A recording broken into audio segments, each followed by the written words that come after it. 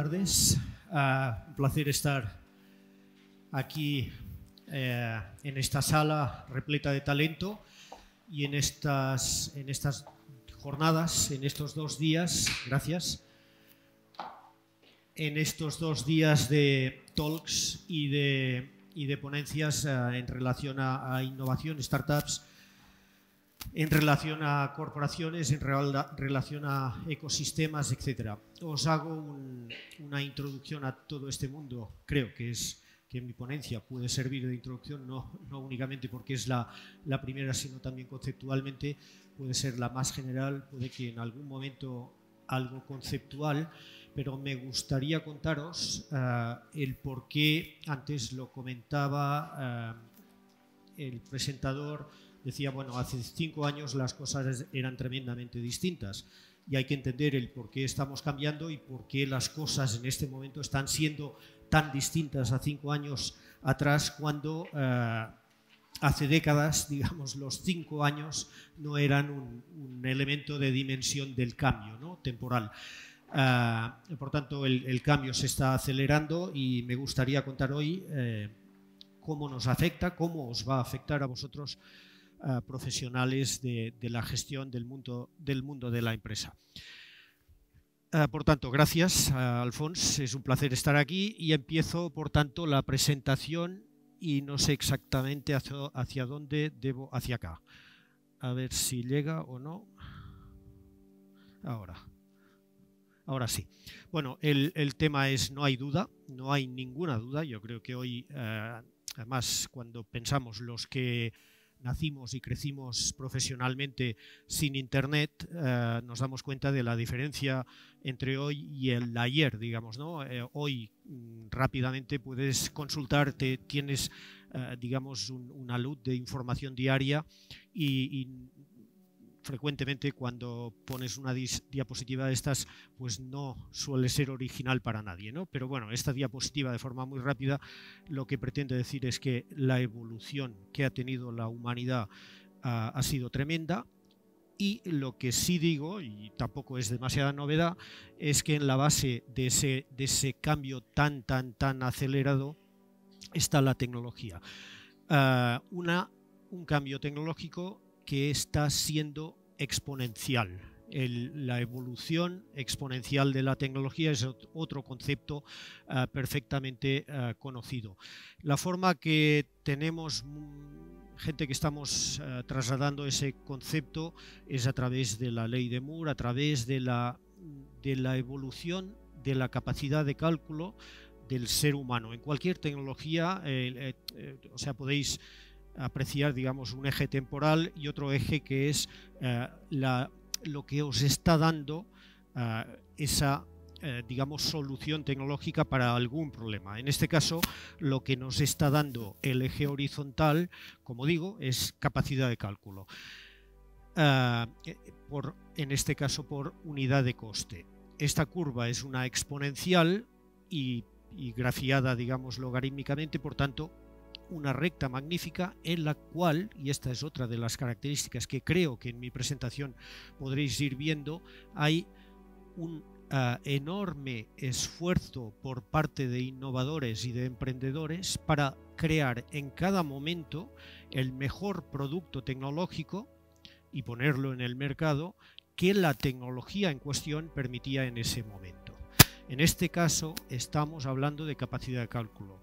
La tecnología basal que ha proporcionado esa capacidad de cálculo en un momento inicial fue totalmente mecánica, y dentro de un momento os enseñaré una máquina de este tipo. Posteriormente se entró en máquinas de tipo, hemos hablado antes, hay muchos ingenieros industriales en la sala, decíamos, estos ingenieros industriales conocerán perfectamente los relés y los relés electromagnéticos, ¿no?, que en ciertos ámbitos han pasado la historia, en otros todavía no, pero bueno, ordenadores de relés fueron los primeros ordenadores eléctricos. Inmediatamente a mitad del siglo pasado apareció antes de mitad del siglo pasado apareció la electrónica, que venía del mundo de la radio a través de las válvulas de vacío. Esas válvulas de vacío se integraron como tecnología para sustentar la confección, la elaboración del mejor ordenador con una mayor capacidad de cálculo en relación, no sé si es el objetivo, mi objetivo extenderme demasiado en eso, pero quien pueda imaginarse un ordenador mecánico, posteriormente un ordenador electromagnético y finalmente uno de válvulas, lo que acabaría teniendo es un vector en el que capacidad de cálculo cada vez mayor, menor tamaño del ordenador, menor consumo, menor tiempo de respuesta, etc. Por tanto, prestaciones de la tecnología cada vez superiores. Por tanto, búsqueda de tecnologías que cada vez dan mayores prestaciones. Los que estamos en la sala hemos vivido la generación ya larga, que se está acabando, de los semiconductores. Semiconductores que se inventaron en 1947, una tarde, no sé, no creo que fuese de viernes, creo que está estipulado, está claro en qué tarde fue en los laboratorios Bell, pero una tarde, a esta hora, se inventó el transistor basado en semiconductores. Y a partir de ese momento se ha iniciado una casi loca carrera por la integración. Integración significa poner cuantos más transistores. Transistor podía ser un relé electromagnético de gran tamaño en las primeras generaciones de ordenadores, puesto de forma minúscula en una oblea de silicio.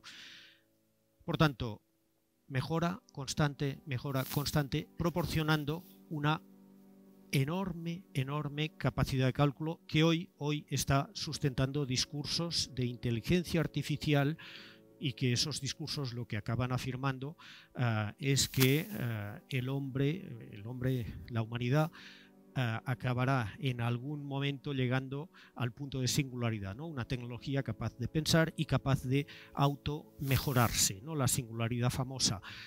Bueno, ciencia ficción la dejo para otro día, pero es una curva exponencial que con las nuevas tecnologías que no están aquí, la computación cuántica y los qubits famosos, parece ser que esa es la vía que se está trabajando actualmente y que mejor se está consolidando. El País, un periódico generalista, presentaba hace justo una semana o informaba de que IBM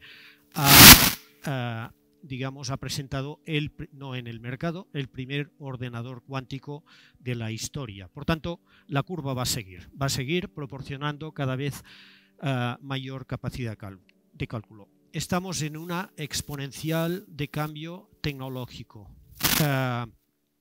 Entonces, no sé si os habéis preguntado cómo estamos generando esa tecnología. ¿De qué mecanismo nos hemos dotado para alimentar esa exponencial que cada vez será mayor?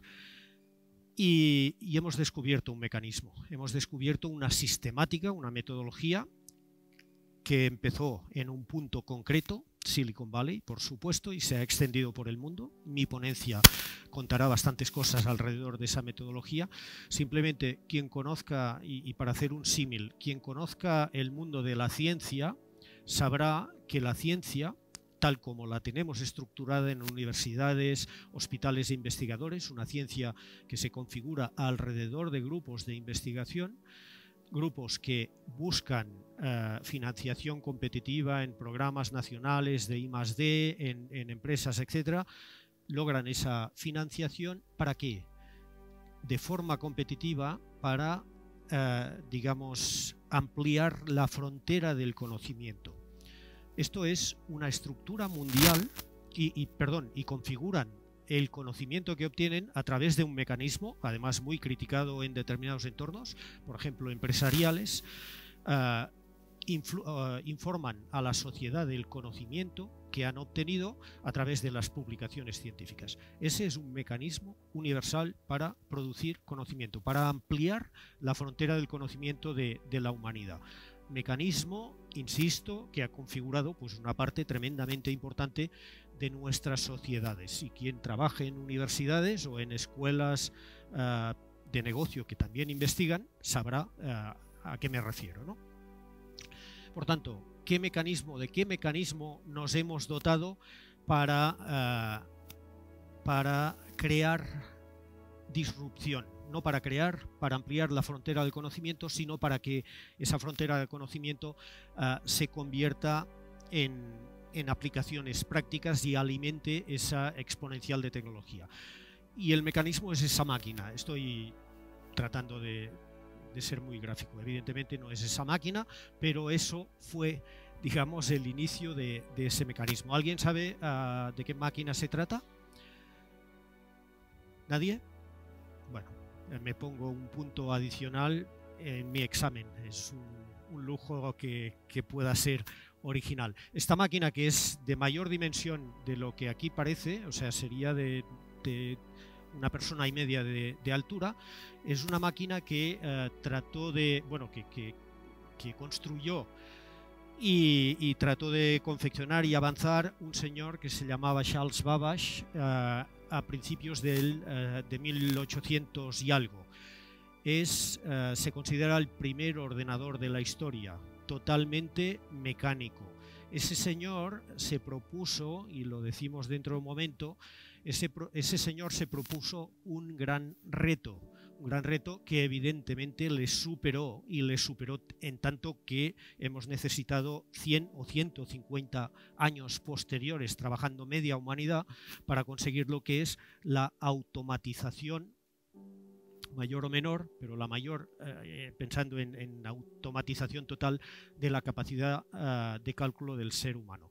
Y ese señor planteó esa máquina y la hizo funcionar en una máquina, un ordenador de 20K, insisto, totalmente mecánico y que funcionaba con la manivela indicada ahí.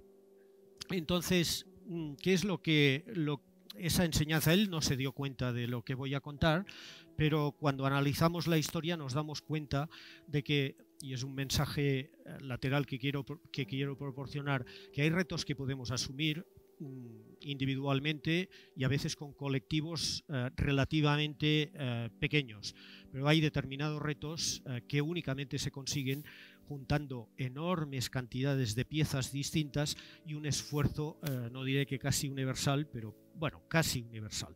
Entonces ese señor no vio en ese momento que la capacidad de cálculo era un rompecabezas enorme con un montón de piezas.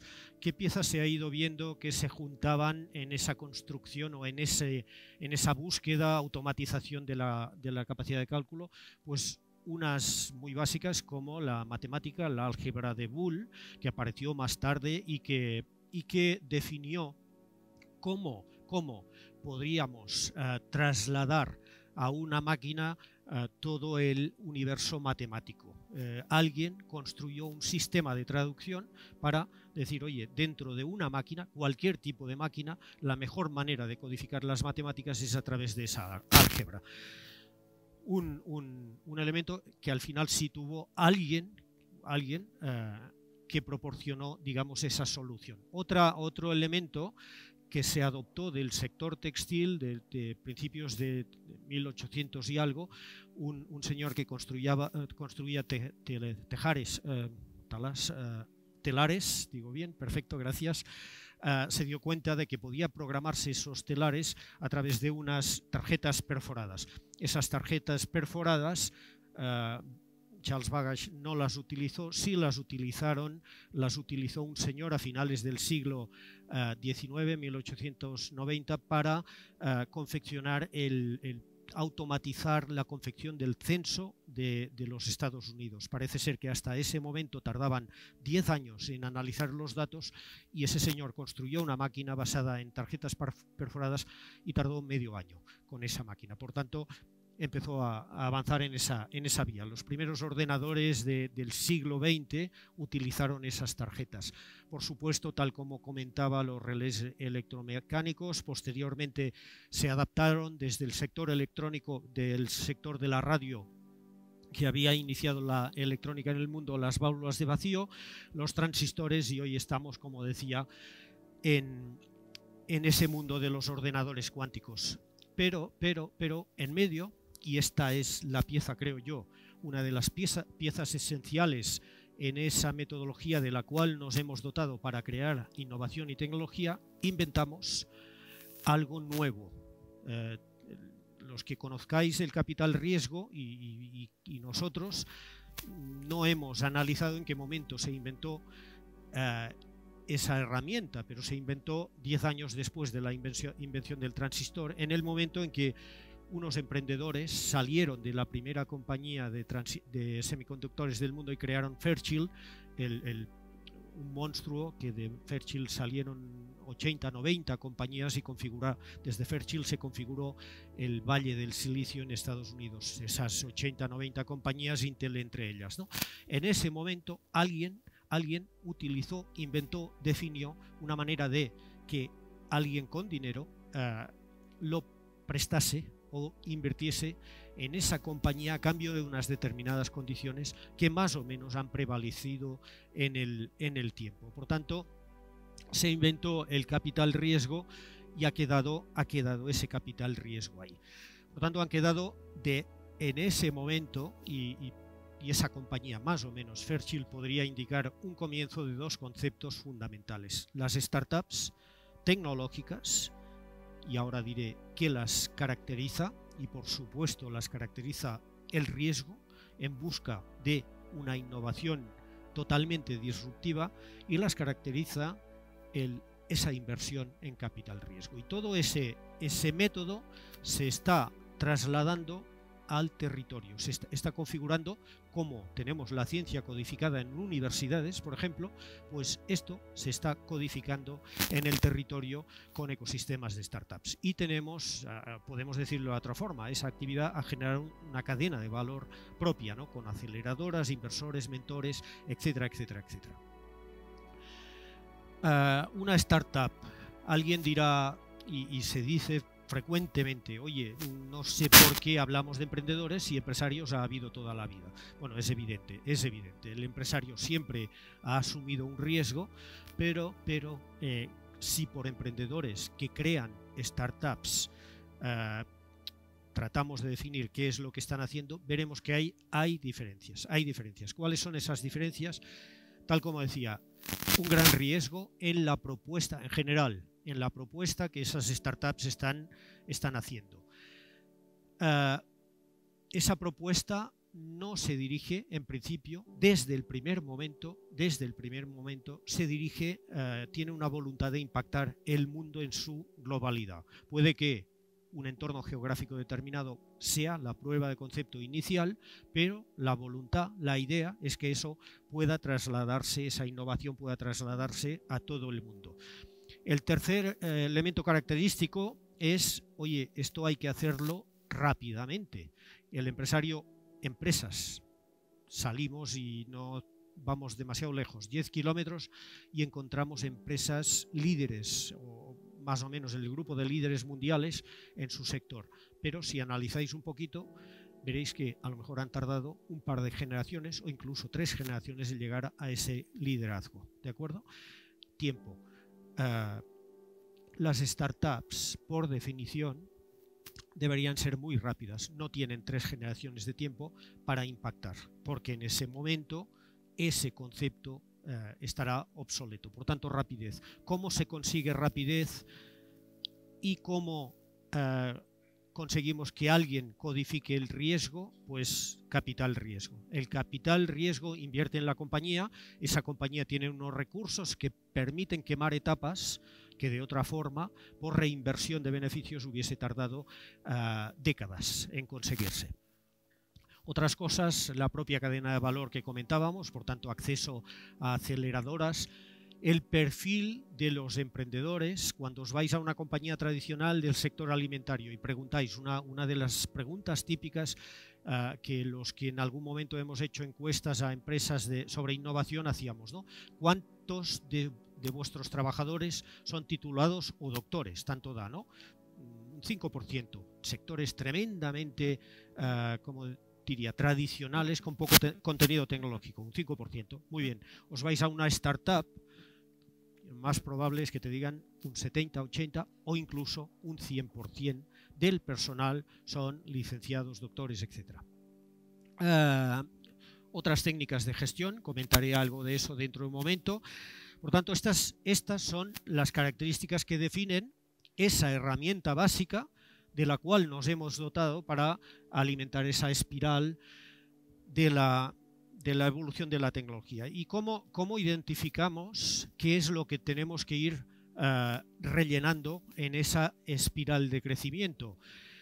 alguien dirá, bueno, sobre las oportunidades del mercado. Evidentemente, esa es una sugerencia bastante válida, pero no suficiente. Hoy estamos yendo, el mundo en general, trataré de explicarlo en las diapositivas próximas. El mundo está yendo hacia un concepto que vais a conocer perfectamente, que es el del reto. Reto trabajado desde una óptica social en determinados casos, pero también desde una óptica empresarial. Por ejemplo, ayer estábamos desde una óptica muy empresarial. Estábamos en IQS Tech Fest y hubo perdón, estoy espeso esta tarde, viernes tarde, y el café, una competición, lo digo bien, ahora sí, gracias, una competición de startups, y esa competición fue ganada por CreateSense. CreateSense, ¿qué es lo que hace? Alguien dirá, bueno, intenta ocupar un nicho de mercado que es el de, en este caso, análisis de creatinina a través de un parche, etcétera, de forma muy rápida. Perfecto. Otra forma de ver eso es tratar de resolver un problema de la gente, ¿de acuerdo? Gente enferma del riñón, de los riñones, que necesita unas analíticas tremendamente frecuentes, que en el modelo actual debe visitar el hospital cada 2 días, etcétera, se pueda solucionar perfectamente y aumentar la calidad de vida de esta gente. Esta finalmente es la motivación esencial de estos emprendedores. Cuando tú hablas con ellos, te dicen, sí, estamos jugando a reglas del mercado y bueno, y si nos va bien económicamente, perfecto, pero su motivación esencial es esa. Otra empresa simpática que hace poco estuvo como finalista, y no sé exactamente qué ocurrió al final, creo que no fue ganadora, en Abu Dhabi, en esa competición también sobre sostenibilidad, cambio climático, etcétera. Una empresa nuestra, de aquí, cerca de nuestro ecosistema, que pretende generar un sistema de puesta en órbita de microsatélites a través de unos cohetes que consumen menos, que son más eficientes, etcétera, etcétera, etcétera. Su reto, en este caso, es mejora digamos, de las condiciones climáticas por esas condiciones, ¿no? Aquí, este es un caso que a mí me encanta, ¿no? Alguien dirá gafas de sol, no son gafas de sol. Esto lo dejo porque la presentación la vais a tener, no pretendo que os leáis el tema, pero dos personas se unieron en un momento determinado, una de ellas era persona daltónica, etcétera. Bueno, el caso es que se dieron cuenta en un momento determinado de que a lo mejor, trabajando el tema, esa persona daltónica podría acabar viendo los colores, y lo consiguieron al cabo de 10 años, crearon en Chroma. No soy amigo de tocar la sensibilidad de la gente a través de vídeos, etcétera, pero este vídeo lo encuentro magnífico, 1 minuto y medio, si lo pudieseis activar, por favor, desde ahí. La última línea casi, vale. Y me impresionó cuando lo vi.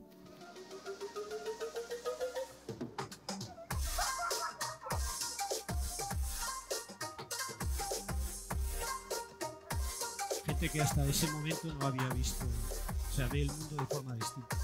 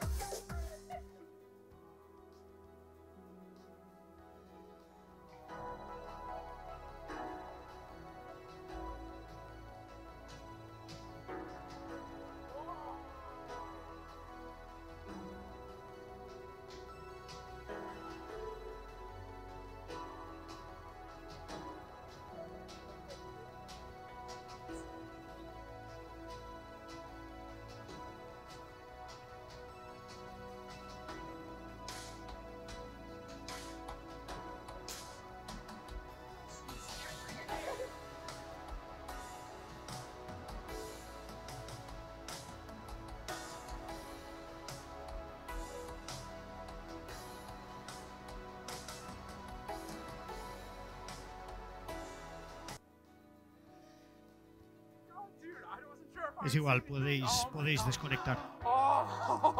El caso es que yo creo que estos emprendedores están más satisfechos de ver a esta gente, la reacción de esta gente, que no de la situación de su cuenta corriente. Las gafas cuestan, creo que 400, 500 dólares y evidentemente son caras y hay negocio detrás, ¿no? Pero eso es lo que les motivó en su momento. Esta semana estaba aquí en Barcelona, de hecho ayer acababan, gracias a Fletch Barcelona, una aceleradora de empresas, busca proyectos en África, los acompaña durante un tiempo aquí en Barcelona. Esta empresa, CodeTribe, que lo que hace es acercar en parámetros, si vosotros habláis con ellos, lo que te estarán hablando es de la logística, de si son un pequeño Amazon, etcétera. Por tanto, empresarialmente os vais a entender perfectamente, pero lo que les motiva es acercar medicamentos para los granjeros en África, para los animales de las granjas de África. Si queréis saber más sobre temas de retos, hay fundaciones, X-Prize Foundation, que tiene una reputación mundial, que masivamente plantean retos y para que, digamos, retos que restringen el progreso de la humanidad y los plantean a gente de todo el mundo. O el HALT Prize, donde promovió una familia inicialmente dotado con $1 millón de dólares, por tanto la gente de universidades optan a esos premios tratando de resolver un reto.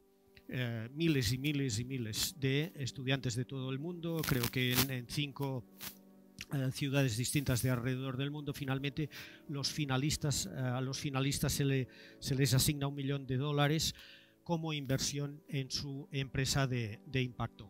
Imagine Express de Xavier Verdaguer sube a 50 personas en el tren desde Barcelona hasta París y posteriormente Londres, y estas personas no se conocen, suben al tren, afrontan unos retos, se les asignan unos retos, se conocen entre ellos, los afrontan, proponen una solución y la defienden en la London Eye de Londres. Hay hackathons, hay webs que te informan de los hackathons que hay en cada ecosistema, tenemos herramientas, en este caso es un emprendedor nuestro de aquí cerca que ha creado una plataforma, en este caso muy orientada al sector educativo, pero también empresas. Las empresas están funcionando en base a retos y aquí tenemos Girbau y Seidor que conjuntamente han planteado hace relativamente poco tiempo, pocas semanas, Intec. ¿Cuál es el pilar fundamental de todo este mecanismo, de toda esa sistemática? Alguien podría haber dicho 5 años atrás, diríamos algo, es la pasta, el money. No, ya no lo es, ya no lo es. En el año 2004 en el sector biotecnológico catalán había 6 empresas internacionales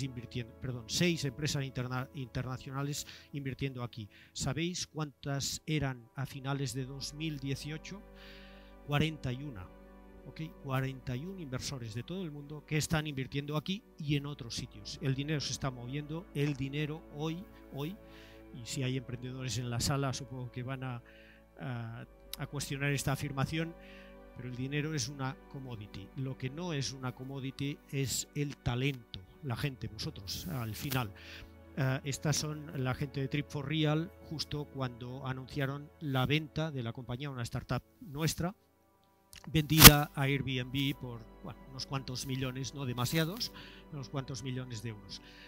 El talento es global, itinerante, y hay una competición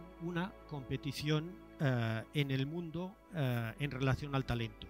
Seguro que habéis escuchado digamos, políticas de innovación de montones de países del mundo que tratan de atraer a gente como vosotros en base a mejores condiciones en la solicitud o en la concesión de visas para emprendedores. Hay esa competición, hay esa circulación, una circulación que se concreta como punto de salida y punto de entrada en las ciudades, las principales ciudades de todo el mundo. Y hoy se están midiendo estas ciudades, estos ecosistemas, y cuando digo ciudades, Barcelona, Terrassa y Girona, donde yo vivo, al final lo considero lo mismo. Por tanto, quien sea de Terrassa sabrá mal, pero evidentemente Barcelona y su área de influencia, entonces analizas si esos ecosistemas ganan o pierden talento. Hay ecosistemas que están perdiendo. Londres, por ejemplo, en Europa, claramente es un ecosistema que atrae más del que pierde. Barcelona en este momento está a la par atrayendo mucha cantidad de talento internacional. Bueno, aquí los inmigrantes construyen talento, construyen ecosistemas, sirven para progresar, etcétera, ¿no? Por tanto, las barreras son algo que afecta a ese progreso tecnológico del mundo. Y una expresión extrema de esa circulación de talento por el mundo son los llamados nómadas digitales. No sé si conocéis cuál es el concepto, pero cada vez está más extendido y hay ya herramientas como Nomadlist, una página web en la que los nómadas digitales acuden ahí, se registran y votan los ecosistemas, las ciudades en las que han estado. Hay 1000 ciudades del mundo, 978, la última vez que lo miré, votadas por esos nómadas digitales. ¿Sabéis cuál era es un sistema dinámico? La primera ciudad del mundo de esas casi 1000 en los primeros meses de 2018, Barcelona.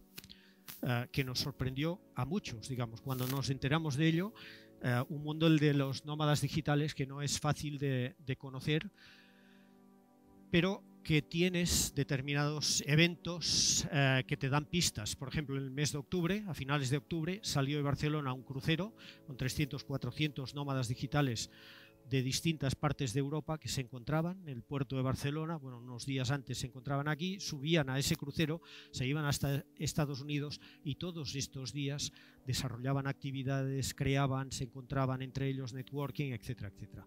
O, por ejemplo, en el Solsonès, un campamento, otra vez de nómadas digitales, pues que acuden unos días para crear. Hay otros fenómenos asociados a ello, nuevos espacios de trabajo, nuevas escuelas de negocio. Voy a ir muy rápido en estas ideas. Escuelas de negocio, comentaba antes, hay una escuela de negocios en Barcelona que dice tenemos a 300 profesores, pero ninguno en plantilla. ¿Qué es lo que quieren decir con ello? Pues que las dinámicas, las escuelas de negocio también se están readaptando a esos nuevos modelos. Hace falta mucho talento programador. Han surgido apuestas y propuestas en el sector privado, las academias de coders, de programadores.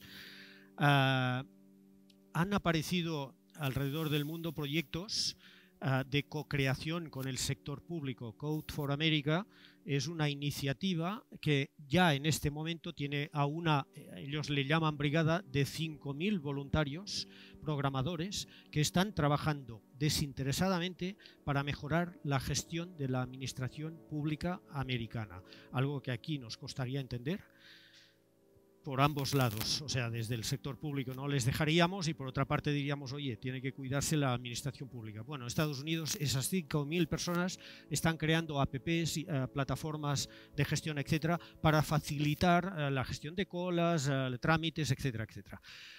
Los makers, algo que ha irrumpido con fuerza en los últimos años, los Fab Labs, espacios de creación unos y otros. Comentaba antes, nueva tipología de espacios. Quien hoy no trabaja en un espacio abierto, sin paredes, agradecido en cuanto a decoración, moderno, etcétera, quien configura esa visión, espacios como One Cowork, como Spaces o como WeWork, un monstruo mundial. Tiene una valoración de más de 20.000 millones de dólares, que es, creo, de los mayores propietarios del mundo espacios de este tipo. Tanto Spaces como WeWork, dos grandes multinacionales, están ubicadas en 22 arroba. Otro tipo de cosa distinta asociada a toda esta metodología son los encuentros empresariales. Alguien dirá, ¿esto es un encuentro empresarial o es una discoteca o un concierto? Pues es todo, digamos, concierto, discoteca y encuentro empresarial. Alguien dice, la gente de Israel nos lo contaba, son fiestas, pero funcionan. La gente joven, los emprendedores, o no tan joven, los emprendedores pues se relajan, las cervezas, etcétera, pero al mismo tiempo están trabajando, están generando negocio. Nuevos métodos de gestión de empresas, el Lean Startup perfectamente conocido, pero Eric Rice ya publicó hace un año aproximadamente el siguiente libro, que es cómo trasladar el Lean Startup a las corporaciones tradicionales. Un Lean Startup que ha cambiado el paradigma, la mente de los ingenieros industriales tradicionales que decíamos, y se decía cómo creamos un producto, cómo detectamos las necesidades detectamos necesidades un año, diseñamos producto otro año, confeccionamos prototipo otro año, tardábamos no sé cuánto tiempo en hacer llegar el producto al consumidor y frecuentemente pues no se acertaba o habían cambiado los parámetros. Todo esto el Lean Startup lo ha cambiado para startups y lo está cambiando para el mundo de las grandes corporaciones. Además, esta metodología está siendo tan universal y tan generosa en determinados, es generosa, pero aparte de eso yo creo que es abierta y sin fronteras mentales, de forma que en determinados ámbitos, por ejemplo Israel, el mundo árabe y el mundo judío se están encontrando gracias a emprendimiento, canales de inversión. Estuvimos en uno de los viajes en esta aceleradora en Nazaret, otra vez, digamos, tratar de que la comunidad islámica no tenga problemas en cuanto a desarrollar todas sus capacidades. Las consultoras ya no son lo mismo, las consultoras hoy se están redefiniendo y más que aportar conocimiento a sus clientes, como era hasta hace unos años, hoy lo que están aportando son contactos con startups. De hecho, hay alguna consultora cerca de nuestras oficinas que lo que hace es tener en sus espacios distintas startups de ámbitos tecnológicos en los que esa consultora no tiene personal, entonces busca las startups punteras, las coloca ahí y juntos trabajan para los clientes que la consultora sí tiene perfectamente identificados y conocidos. Están apareciendo cientos de ecosistemas alrededor del mundo y algunos, bastantes, hace poco escribíamos que hay 400 iniciativas en África de soporte a las startups, a las empresas tecnológicas. Por tanto, todo el mundo está viviendo el auge de este tipo de creación de disrupción. Hay un estudio de Richard Florida, que quien lo conozca sabrá que es el gran gurú de las ciudades creativas, y este señor hace pocos meses, finales de 2018, publicó un estudio sobre, el título es Rise of the Global Startup City, y analizó estos 100.000 acuerdos de inversión de este periodo y los asignó a las ciudades donde se habían originado. Le salieron 300 ciudades en todo el mundo. Le salió que el fenómeno capital riesgo ya solo, Estados Unidos ya solo está concentrando el 50%, digo solo entre comillas, el 50% del capital riesgo mundial. Según Richard Florida, ese solo, y si vemos la historia, pues es un gran hito en el sentido de que el otro 50% significa que el mundo entero lo está disfrutando, digamos, ¿no? Un invento tremendamente americano, Silicon Valley, se está extendiendo por el mundo. 300 ciudades de 60 países, dos tipos de, o sea, podría haber definido otros. Definió los polos emergentes con estos 3 grupos y ahí simplemente un comentario. Ciudades universitarias están generando actividad económica. ¿La universidad genera actividad económica? Únicamente hace falta ver eso. Sí, ya está. Con este cuadro, no hemos dedicado ingentes cantidades y debemos hacerlo, de estudios académicos, etcétera, pero cuando ves este cuadro dices claramente, entiendo que Cambridge o Ann Arbor, por ejemplo, en Michigan, pues esté teniendo una actividad de capital riesgo de empresas surgidas de su investigación, ¿no? ¿Dónde está Barcelona? En el Tier 3 de los 7 de los polos consolidados. Evidentemente en el Tier 1 tenemos a San Francisco, New York, London, Beijing, Los Ángeles, Boston, los conocidos por todos, pero tenemos el orgullo, y debemos salir de la sala con orgullo, de estar de estas 300 ciudades en el número 30, en algún indicador 27, en otro 33, 30 mejor ciudades de todas las ciudades del mundo en esta creación de innovación, de disrupción de tecnología. Por tanto, alguien dice, no gente de aquí, después decimos que estos son fake news, pero bueno, lo dice alguien de fuera, Barcelona es el nuevo Silicon Valley, alguien más dice esta ciudad, perdón, no sé por qué, aquí. O sea, dos personas distintas en distintos momentos afirman esto, ¿no? Después decimos, matizamos, Daniel cuando verá esto dirá, uff, Dios mío. No, los que estamos trabajando en ello decimos, no nos llevemos esta idea. Todo el mundo sabe que Silicon Valley hay únicamente uno, es irrepetible y además no debe ser repetido. Sí que el concepto se está extendiendo y se está adaptando a cada entorno. ¿Dónde estamos? Tercer, cuarto, quinto polo a nivel europeo, dependiendo de los rankings, de los rankings y de los indicadores. Número de startups, pues alrededor de unas 2.000 startups.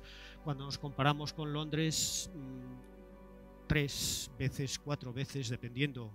No es fácil tabular y conocer todas las startups desde el momento inicial, pero bueno, estaremos ahí, ¿no? Una tercera parte, cuarta parte aproximadamente. Si miramos, en este caso es la inversión, 700 y pico millones de euros, cuarto polo en 2017 después de Londres, Berlín y París. Y si miramos las cifras de 2018, estamos en 900 millones. Ahí son muchos. Bueno, alguien dirá, Letgo está aquí. Letgo consiguió 400 millones de euros en el 2018. Hay compañías que, bueno, con un solo acuerdo tan voluminoso pueden definir el comportamiento de un ecosistema. Pero bueno, en cualquier caso, ahí tenemos grandes compañías. Por ejemplo, aquí Redpoints hizo 2 operaciones. Redpoints es una compañía que poco a poco se está configurando como líder mundial en su ámbito, por supuesto Globo, TravelPerk, etc. Cuando preguntamos a los emprendedores europeos, esta es una encuesta de la que también estamos muy orgullosos, preguntamos a los emprendedores europeos que ya han creado empresas, ¿dónde les gustaría iniciar de nuevo su actividad? La respuesta en la mayor parte de casos es Londres, Berlín y el tercero es Barcelona. En Barcelona competimos evidentemente con un tema del que, bueno, disfrutamos todos, que es el buen tiempo, la buena vida, etc. Pero hay, por supuesto, otros factores. Si nos comparamos con nuestro entorno más próximo, que yo creo que ya nadie se está comparando, no por ninguna razón, sino simplemente que el mundo es el mundo en este caso y que la competencia es global. Pero bueno, estamos a mucha distancia de los otros polos españoles. Madrid es el otro más importante. Por supuesto, Valencia, Bilbao. Si nos fijamos aquí en el periodo 2010, 2012, 2015, 2017, lo que podemos ver es que la gran distancia con Madrid la hemos concretado en estos últimos años en cuanto, en este caso, número de acuerdos de inversión. Y si miramos capital invertido, pues estas son las cifras bastante distintas. Por tanto, y con esto acabo, iré pasando muy rápido, a ver si os quedan las ideas, acabo diciendo que hay en este momento un interés masivo, mayo, junio del año pasado no sabíamos cómo gestionar los tweets y la comunicación de todas las magníficas noticias que estaban llegando sobre grandes corporaciones tecnológicas mundiales que venían acá buscando esa tecnología, ese talento. Alguien dice costes, por supuesto también costes, no somos Silicon Valley y eso es un elemento competitivo. Buscando esto, pues gente como Facebook, gente como Microsoft, Moodle, Chartboost, esta era relacionada, centros digitales de empresas tradicionales como Lidl o como Nestlé. Nestlé había abierto su centro en 2016, pero en el mes de mayo de 2018 anunció que cerraba su centro de Suiza y distribuía a sus profesionales los llevaba hacia el sur, principalmente el centro de Barcelona. Siemens en Cornellà, este banco móvil, una startup que ya es, consolidada,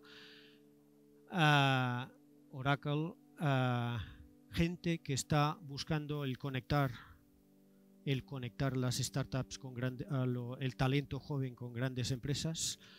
por tanto, empresas de selección de personal, Rakuten más recientemente, Hempel, y hace 6 horas,